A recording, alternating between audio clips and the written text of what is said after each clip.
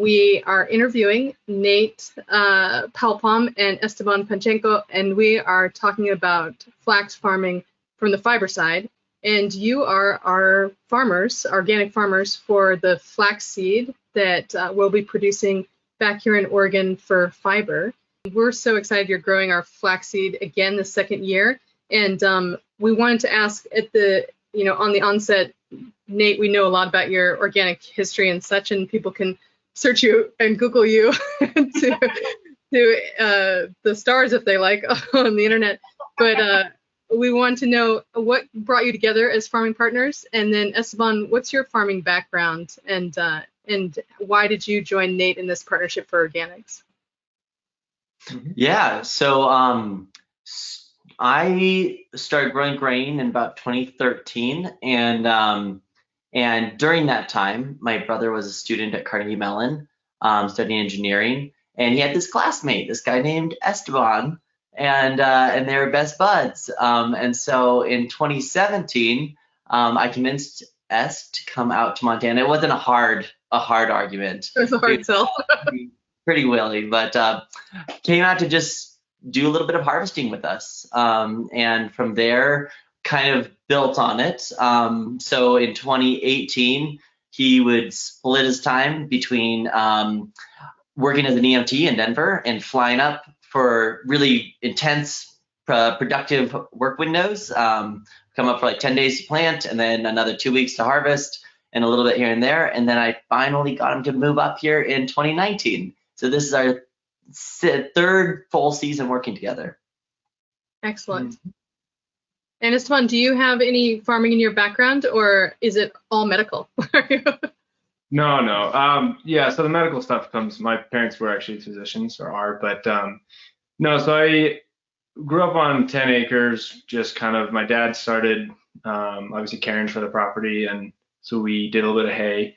So I got kind of familiar with equipment there, and then kind of expanded a little bit and did the neighboring property, which was another 40 acres, but a lot of that was a lot of equipment work, and the mechanical engineering has its kind of benefits in that realm there. So I think, one of the things with farming for me is really how do you get it done, right? And how do you make it work with the amount of money in your pocket and what's in the field? So that really was my intro, is just kind of property management, I would say, realistically. I mean, it was a small amount of hay, but it got me into it. And then, so I did research with Matt, and like you said, 2017 came up in the fall, and then kind of continued to come up and down kind of that next year until I was able to kind of scrape it together and make the move. But yeah, so my relationship with organics was kind of actually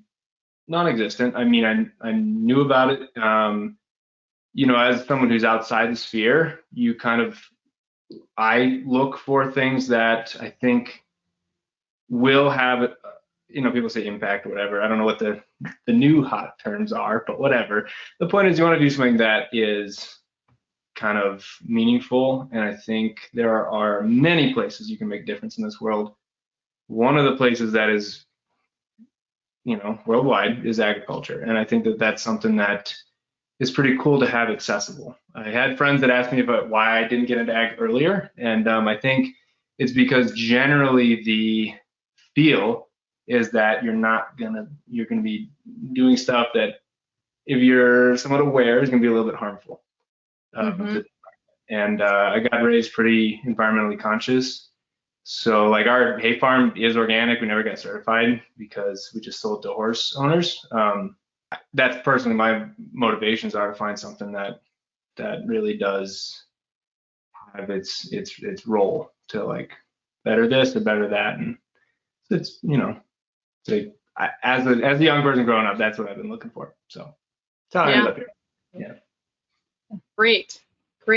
So how many acres are you guys farming right now? And what's your crops? In crops, we've got about 330, and we've got about 600 in balance in hay and pasture for our cows. And how many head do you have right now? What's your Now, stock Angela, limit. that's like asking someone how much money they have in the bank. That's a I was personal just gonna question. say, no I one only have ever 5 tells cows. you how many. Yeah. Well, we actually, so at our peak, we're about 50, and we're scaled back a lot from there, just because cattle prices hit. We sold out, and we're kind of looking for the next best move of how to make meat more accessible to our community. Exactly. Not quite sell calves just off the ranch. So thinking a little bit about local processing, thinking a little bit about how do we get the integration of cattle into our cropping system, really kind of consider our carrying capacity, what can our cattle contribute to the cropping, and kind of have that set at our point. So we're thinking probably 40 is going to be our goal to jump back up to here in a little bit. Yeah, yeah. Since Shannon and I do a lot of discussions about regenerative farming, and since my farm is certified organic and the farm that we grow flaxseed for trials for retting and seed production is certified in Oregon at Oregon State University at Lewis Brown, then on top of that, we also push quite a bit of integration, animal integration and multi-cropping that's happening mostly in the fiber shed realm. People are talking about it pretty intensely there.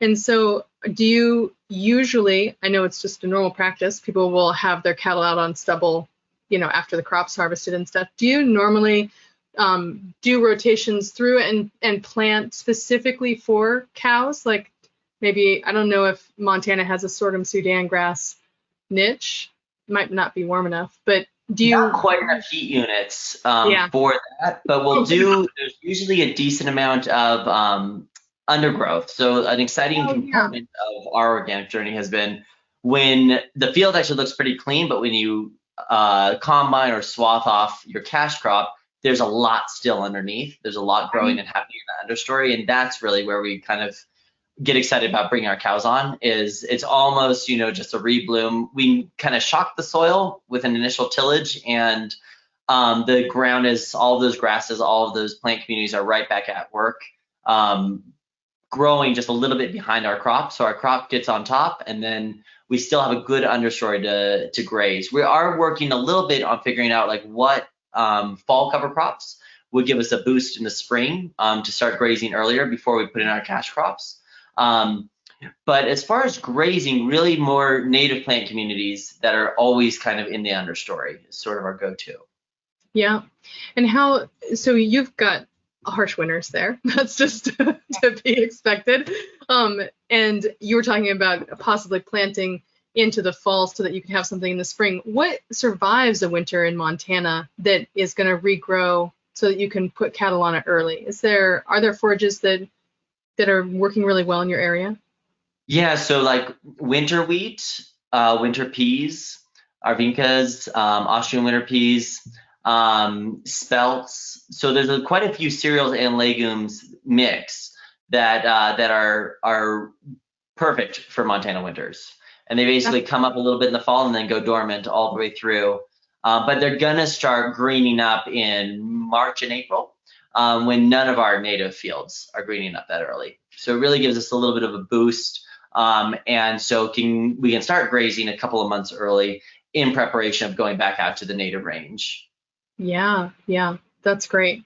So what made you interested in fiber production or being part of kind of this revitalization of linen? Let you go first. Well, it's fascinating to get into something that's not food. I think we don't always think about that, right? It just doesn't seem to be talked about quite as much. There's obviously, if you look at, it doesn't take much to look at where most of our clothing comes from. I love cotton. We use it, it's very durable, but it's a little bit rough to wear when you think environmentally. So it's very interesting to give another option, especially if, organic linen is pretty sparse. Again, diversity, kind of runs right along with ecology, right? So the more options you have, and the more options for a crop you can make money off of and work into a rotation, the easier it is going to be to actually do those rotations, right? So kind of into the whole availability of markets and farming, that interaction there, that really helps you do what you want to do, right? Versus just cash cropping. With I find it to be the most subversive opportunity I've had to really upend the world order as far as bringing fiber back into the hands of farmers and being able to think about what I love the visual of like a local economy being a bathtub, and you have so much money flowing in and so much money flowing out, and if you think about how do we just stop some of the money from flowing out, there's so much there when you look at the production of flax as a material, or just of the plant itself, but then that idea of processing and manufacturing on a local level, and then looking around thinking about our respective environmental problems like microplastics and things like that, all of that being such a win for everyone in the community, from folks looking to be artisans to folks looking to grow this crop. Flax presents itself as this really awesome solution to those problems and potentials. That's great. Yeah. And it's lovely blooming in the field, as you have said. We get a lot of compliments. Yeah, I bet. We've been encouraging people to, who grow with us to like put it right on the roadside and then have like a pull out, because there has to be a spot where someone can do pictures, because it's like it just stops people every time. Yeah. Oh, absolutely. It's gorgeous. We dressed as little flax flowers today. So that. Yeah. That's awesome. Can you walk us through kind of the steps you go through in flax, from like real briefly, like from planting it? Yeah. Sure. I'll go and S will jump in. Sure. So we're, depending on our field, we're going to do some spring tillage. It can be as simple as just a disc pass, where we're going over it and basically mellowing the soil. We might do a little bit of a cultipacker to make a more consistent seed bed. Then we're going to drill the flax with a regular grain drill. About 66 pounds an acre is what we did. And then from there, we're gonna let it germinate. It germinates super quick. The depth we're going for is just enough to get it into moisture. So we want to have moisture so it can germinate and get a good start. We do have irrigation potential. We haven't had to use it on the flax yet. This is our second year growing, which has been super cool because it's been very consistent, very robust, set deep roots, searching out that soil. And then watch it grow the entire season. And then ultimately, we might do a little bit of roguing if we have some weedy spots, but it has just been a smother crop. It has done such a good job competing with weeds. And then straight combining. Yeah. And so we'll just go in and cut it straight, but like we do with any of our other straight cut crops. We'll maybe scalp it a little bit to pull some of the weed seeds out as we move it from the combine into the bin. But other than that, it's fairly conventional as far as grain seeds go. Yeah. You cleaned up a bit of the seed last year too. And what were some of the main like pests, weed seed, weed pressure that you saw? That was it was specifically lamb's quarter, and that field does have actually a substantial amount of it. The fields we have this year hardly have any lamb's quarter, so we don't really expect to have that issue. The issue being that, so it germinates very quickly. It's a very small seed, and so it takes up moisture very quickly, which is why that happens. So it also takes it up when it's next to a wet other seed, like lamb's quarter. And so we found that was very worrisome. So something, if it's around another wet seed, to get it away from that, because lamb's quarter is also a problem because it is very hard to blow air through. Oh, yeah. So like the typical way we would dry out our seeds or our grain with fans doesn't work super well. If you have, there's a ratio, but flax being itself a very small seed can get very compact. It's already hard to push air. And then have this other seed that has quite a bit of moisture during the time of harvest. And so, yeah, you can run into some issues there. We like to do as little bit of tillage as possible, which means you do have some chunky soil sometimes. So depending on where we're at and where equipment's at, we've also found it effective to use a no-till drill set very lightly. And that allows us to just till less. We still till because it's just an effective early shock to give that seed the advantage. But then we don't shy away from then using a no-till, which just reduces then we don't necessarily have to, like, we don't always have to cultipack to get the depth. Yeah. Right. We can use that, and then we can. And the thing we also do, we usually roll our other crops, but we don't roll flax. So it's like a big. We actually tested that, and it came up. We rolled a little corner. Because we didn't grow. We didn't know, and it didn't grow. It raised right away, and you don't want to be. Don't want to be sealing it off at all. Yeah, not in that window when the seed is working to get out of the ground. The other reason we don't necessarily roll is because it's so far off the ground, the flaxes, that we are not worried about getting super low down to the ground to pick up the seed with our combine, as opposed to our peas or our other pulses. We might have to get really close, and we don't want to be hitting dirt chunks.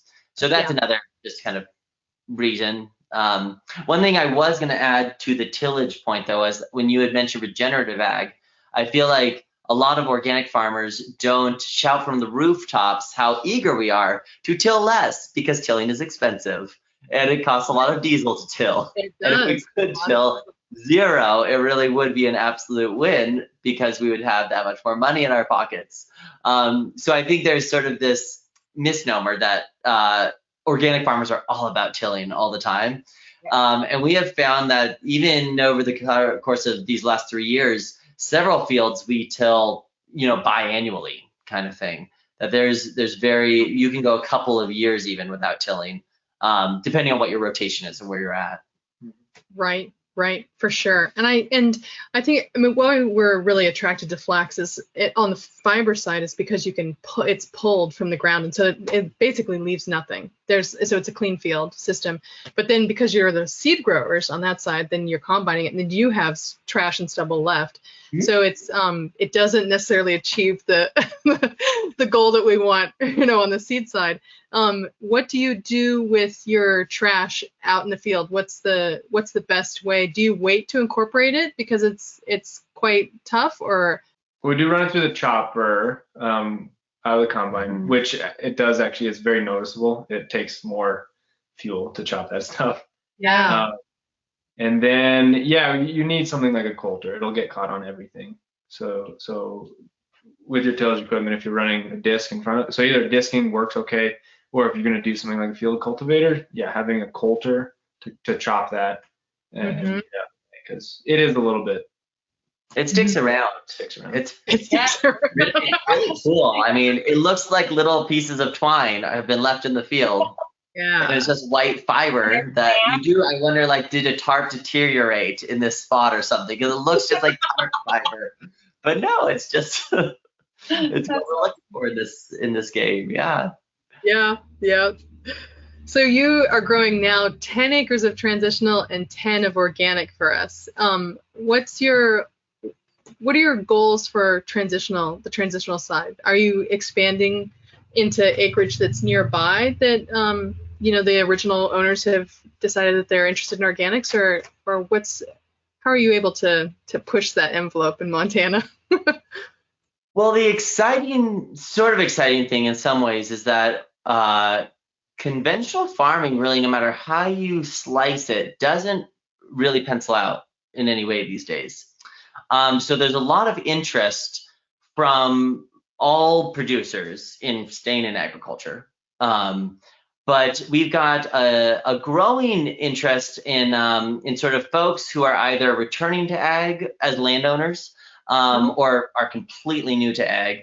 And so they're a decent amount more receptive than I'd say folks who have a really hard line idea of what they expect their fields to look like or what they expect folks to grow in this area.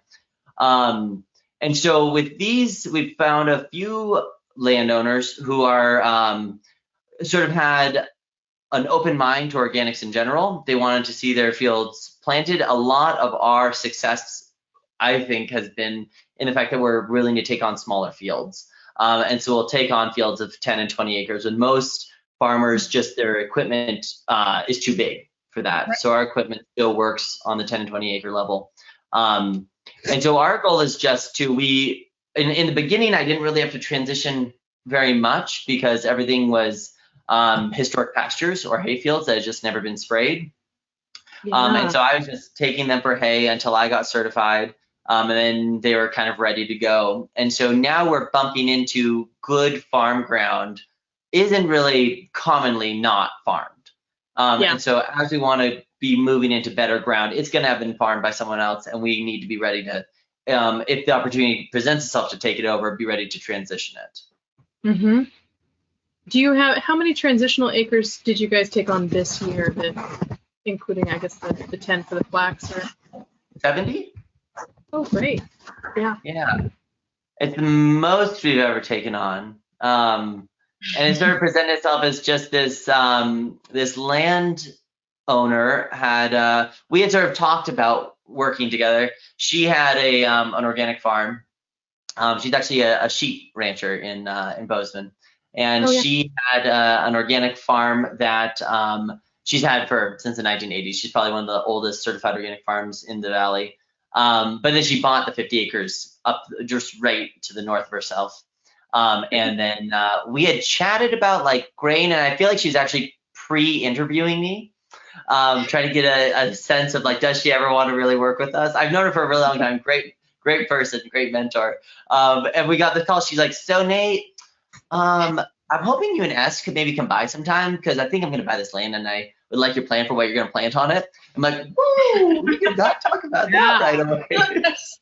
But yes, we are there the next day and we are so excited because it's a great piece of ground, really wonderfully sub-irrigated. And our landlady, she asked, what are you growing? And we're like, oh, we're going to grow some lentils and some fiber flax. And she's like, oh, I used to spin flax in high school. And I'm like, of course, this full circle world we live in. We're working right now to work with the neighbor and incorporate their additional, I think about 70 acres. We don't mean to create some sort of like Oregon-Montana rivalry, but we grow flax. We've got you covered. I know, you do. We grow so much flax, and frankly, there's just a lot more space in Montana to grow all of the flax. Are you saying it's a bigger state? Now, the nice thing is our respective seasons are really complementary. So we can't grow flax when you all can grow flax. And so there's a lot of potential there. But yeah, I mean, the entire upper half of Montana is fairly famous oil seed country for growing flax right on the Canadian border. And just, I mean, as seamless as it seems that at least the Lenore has wanted to grow here, it would be, nothing for us to, one, grow hundreds of more acres for you ourselves, but then two, that there would be significant interest in the real benefits it brings. I think we didn't talk about it quite as explicitly as I was hoping to, but when you have the opportunity to grow pulses, we're quite good at growing pulses, and cereals, but to have something completely unrelated so we can really have a 3-family crop rotation where we have oil seeds in there, we get pest pressure benefits, we get weed suppression benefits, all of these things that a lot of farmers will be looking for. And so it's a big win. And I don't think it's hard to really, sell it as a really nice integration into an existing organic crop rotation. Absolutely. Yeah. And that's what we've been talking about in Oregon a lot with the grass seed growers, is the break in disease and pest pressure that you're going to see if you're especially when you have a long-standing crop like that for several years, on the same area, and then trying to switch over, especially in certified seed, switching over from like a Kentucky ryegrass to, a tall fescue or something. And they have to make sure that their certified seed percentages are correct, or they're not going to be able to grow the crop. So they need to have this break. And then, but they don't want to go too far out of their comfort zone. So we're looking at like, well, it's another thing you can combine. So it's not that big of a jump. Same tools. Yeah. I mean, we didn't have to get any special equipment. It's everything we're going to plant wheat with, or we're going to plant yellow peas with, we can use on flax. There you go. So it really fits well. Yep. for sure. And the fiber crew, the fiber group that will be growing it, definitely there's specialized equipment. But you know, it's we can imagine a scenario where there's 1 or 2 custom harvesters, you know, that run around to everybody's fields, because it's such a small window where you're pulling flax. Like it's only like 30 days or 3 weeks or so, and every other time they're just like these nice looking machines parked in somebody's barn. So, yep, absolutely. Yeah, but on the seed side, I think that we can really get quite a bit of involvement and interest for sure. Yeah. So that's great. Well, it's been a pleasure talking to you. Likewise. At Cold Spring Organics, and we are so looking forward to working with you in the future, and can't wait to see how the harvest goes this year and how many not hundreds of tons. Okay, 8 tons. Estimated. How many hundreds of bushels, hopefully. That's right, hundreds of bushels. Exactly. Yes, we're really looking forward to it, and so thankful that you're involved, and yeah, that you're all on the same page with us. That's great. Absolutely. Thank you. Thank you. Thank you for the opportunity and the work you've all done. Yes.